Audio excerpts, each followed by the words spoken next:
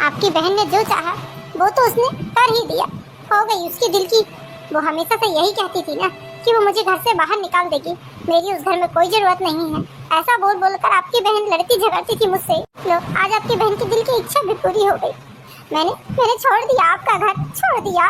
मधु, तुम घूम फिर कर रागिनी के ऊपर ही क्यों आ जाती हो? अरे उसका क्या दोष है? तुम अपनी गलतियां नहीं देखती हो कि तुम कैसी गलती करती थी? अरे कम से कम मेरी बात ही मान लिया होता तो आज तुम अपने मायके में नहीं बैठी रहती। तुम्हें मैं बार बार समझा रहा था ना कि रागिनी की शादी 2-4 साल में हो जाएगी, वो अपने घर चली जाएगी, फिर तो तुम्हारा ही राज है इस घर में। लेकिन नहीं, तुम तो पता नहीं किस जिद में अड़ी हुई थी। आप तो मुझे ही दोष देंगे। 2-4 सालों की बात कर रही हैं। मेरा उस घर में 2-4 दिन रहना मुश्किल कर रही थी आपकी बहन। अरे मेरी सास बनी घूमती थी आपकी बहन। आपकी बहन तो मुझे शादी के पहले दिन से ही पसंद नहीं करती थी, ये बात तो मुझे मालूम था। लेकिन आपकी बहन ने धीरे धीरे करके ऐसा जहर घोला मेरे जीवन में कि मुझे उस घर से ही निकाल दिया। अरे इस घर को बनाने के लिए मैंने क्या कुछ नहीं किया। आपका घर वीराना था। मेरे जाने के बाद आपके घर में रौनक आई है। मानता हूँ कि मेरी बहन थोड़ा ज़्यादा बोलती है, इसका मतलब ये नहीं है कि वो अपनी भाई की ही घर गृहस्थी बर्बाद करने पर तुली रहेगी। पढ़ी लिखी समझदार है मेरी बहन, कोई छोटी बच्ची नहीं है। तुम ले लेकर उस पर इल्ज़ाम लगाती हो। और हाँ, एक बात और, मेरी बहन ने तुम्हें हाथ पकड़कर घर से नहीं निकाला है।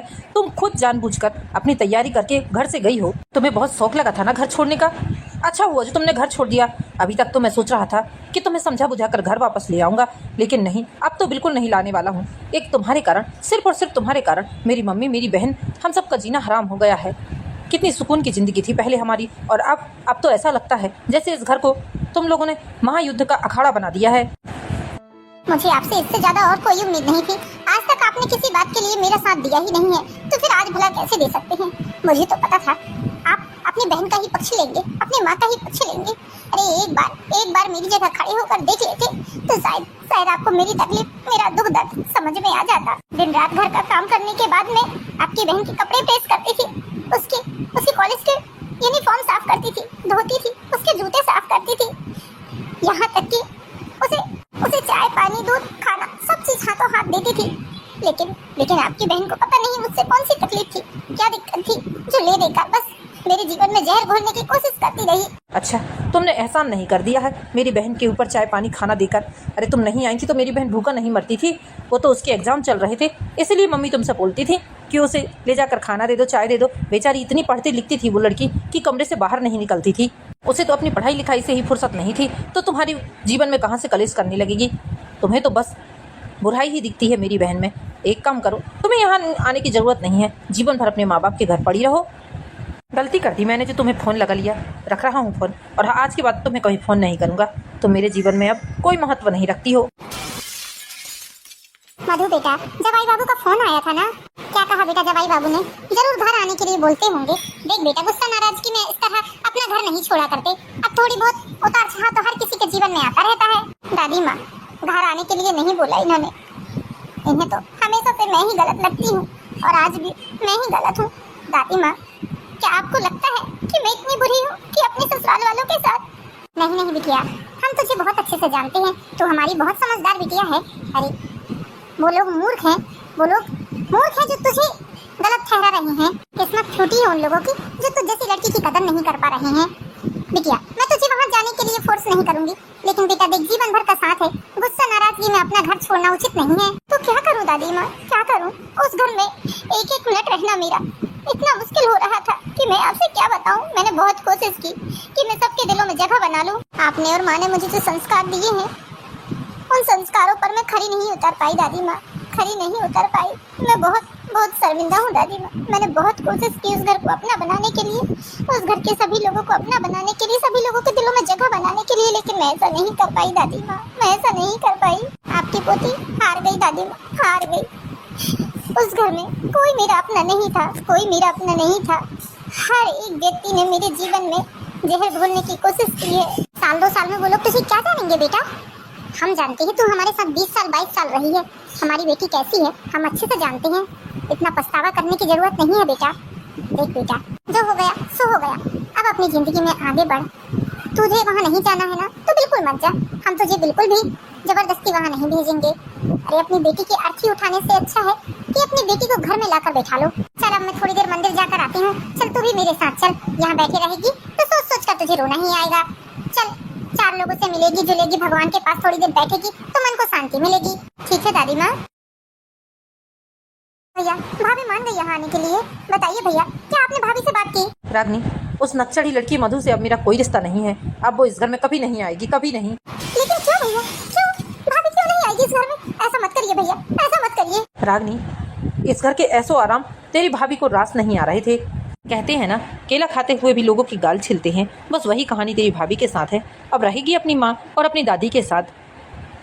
देखता हूँ वहाँ उसे कहाँ ऐसो आराम मिलते हैं जैसा इस घर में मिल रहे थे। वहाँ तो कमाना पड़ेगा और खाना पड़ेगा। नहीं भैया, ऐसा मत करिए। गुस्से क्रोध में आप अपना और भाभी का रिश्ता खराब मत करिए। भैया आप खुद जाइए। आप कहे तो मैं जाती हूँ। भाभी को मुझसे नाराजगी है ना, मैं जाती हूँ। मैं भाभी के पैर पड़ूंगी, उनसे हाथ विनती जोड़ूंगी, उनसे बोलूंगी कि मेरी गलतियों के लिए मुझे माफ कर दे। अब मुझसे हो सकता है कोई गलती हो गई हो तो मैं अपनी भाभी से माफी मांग लूंगी। मैं भाभी को इस घर में लेकर आऊंगी। भैया आप मुझे भाभी के घर लेकर चलिए भैया। मैं आपका घर इस तरह बर्बाद होते नहीं देख सकती भैया। नहीं रागनी, तुझे कहीं जाने की जरूरत नहीं है और मेरे लिए किसी के आगे गिड़गिड़ाने की जरूरत नहीं है। शादी के पहले भी मैं जीता था, खाता था, पीता था, सब करता था। उसके जाने के बाद ऐसा तो नहीं कि मैं भूखा मरूंगा। उसका घमंड, उसका गरूर उसे ही तोड़ेगा। कोई जरूरत नहीं है उसके पास जाने की। हाँ बेटा, तू बिल्कुल सही कह रहा है। हमारी बेटी ने ऐसी क्या गलती करी है और हमने ऐसी क्या गलती कर दी है? अरे वो तो खुशकिस्मत है जो इतना प्यार करने वाली सास और इतना प्यार करने वाली ननद मिली है उसके आगे होकर हम लोग सारा काम करते थे। फिर भी पता नहीं क्यों उसे ले देकर हम लोगों से ही दुश्मनी थी। बस ले देकर रागनी से लड़ने बैठ जाती थी। इसलिए तो हम तुझे साफ साफ मना कर रहे थे कि उस लड़की से शादी मत कर।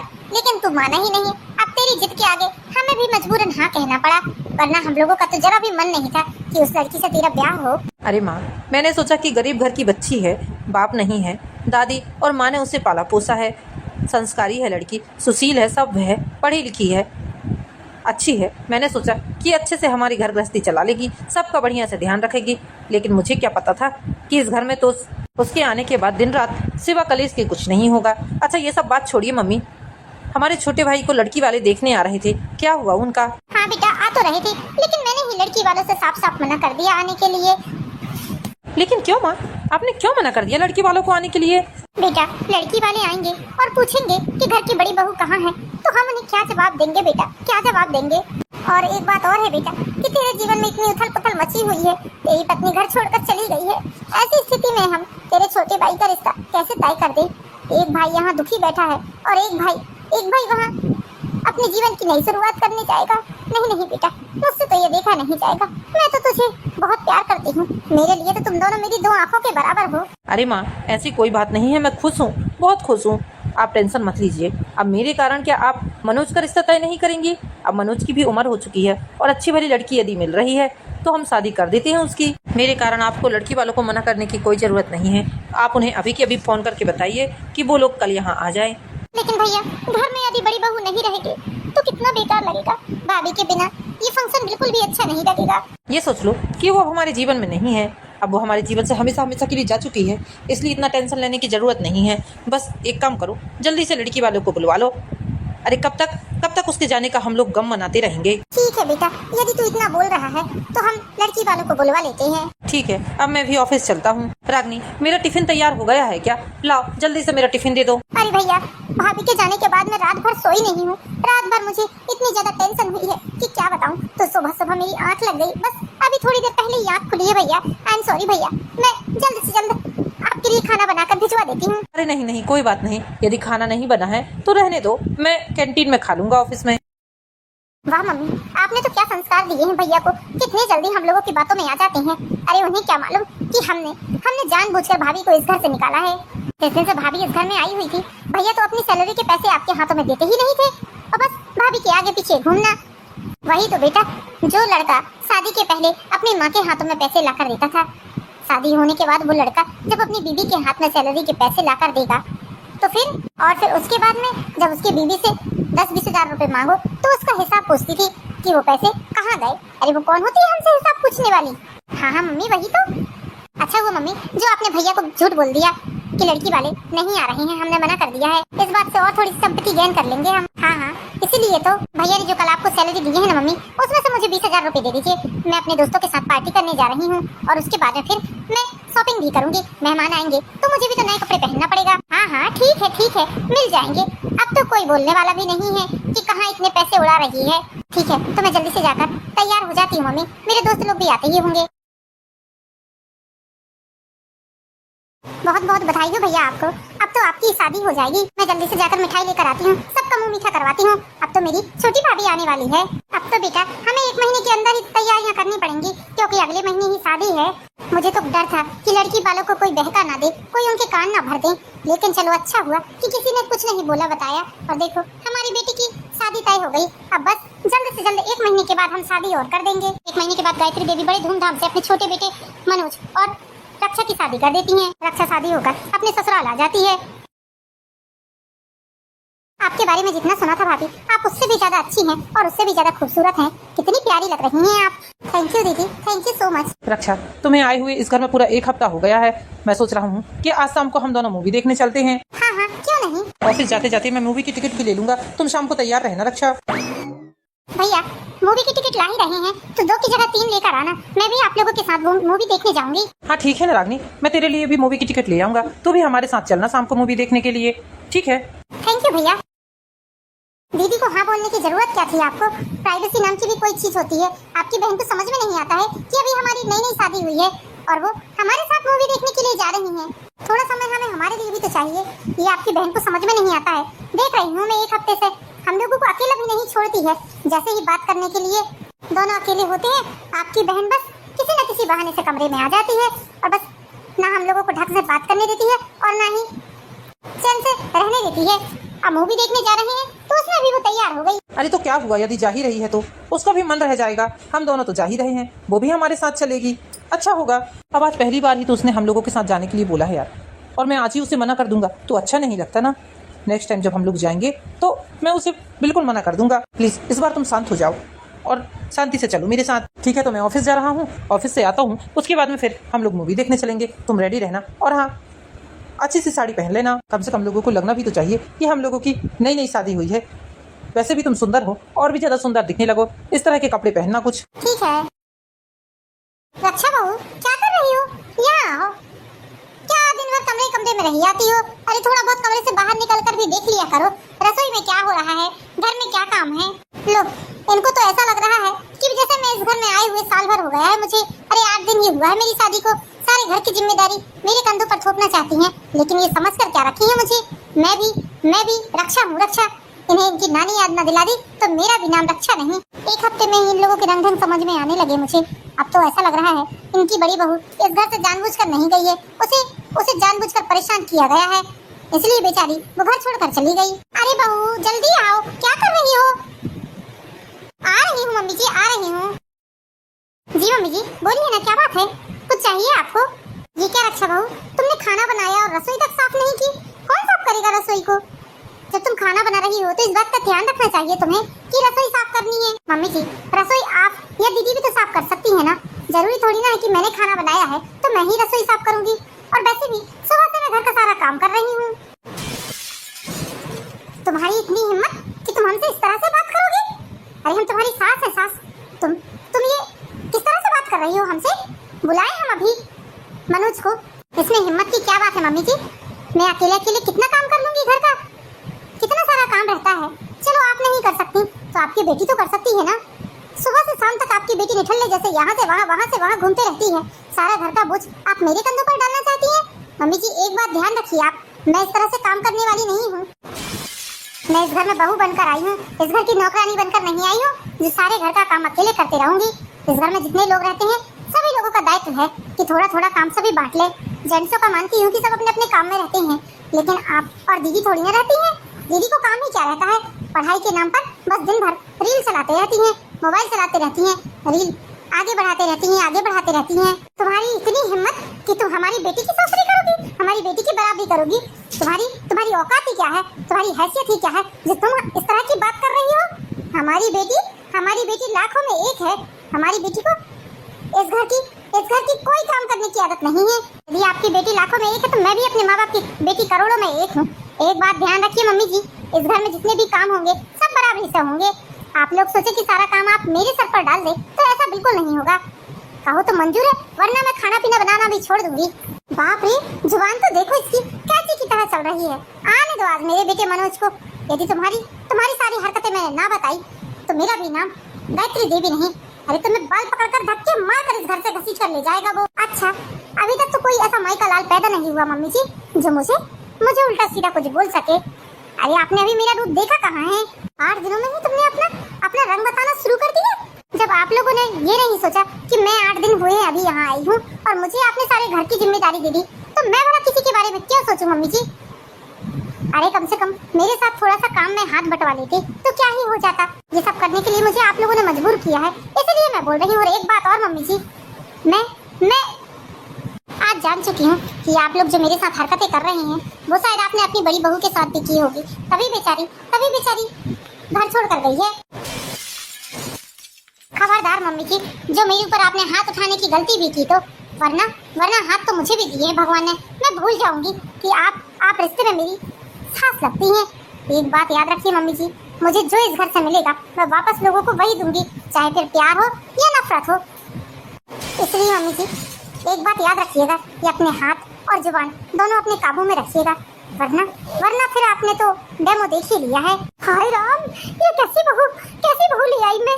हे भगवान, इस लड़की ने हमारे घर को बर्बाद कर दिया। 7-8 दिन में ही इस लड़की ने अपना रंग दिखा दिया। हे परमात्मा। अरे बेटा मनोज, अजय, कहाँ हो बेटा, कहाँ हो? जल्दी आओ।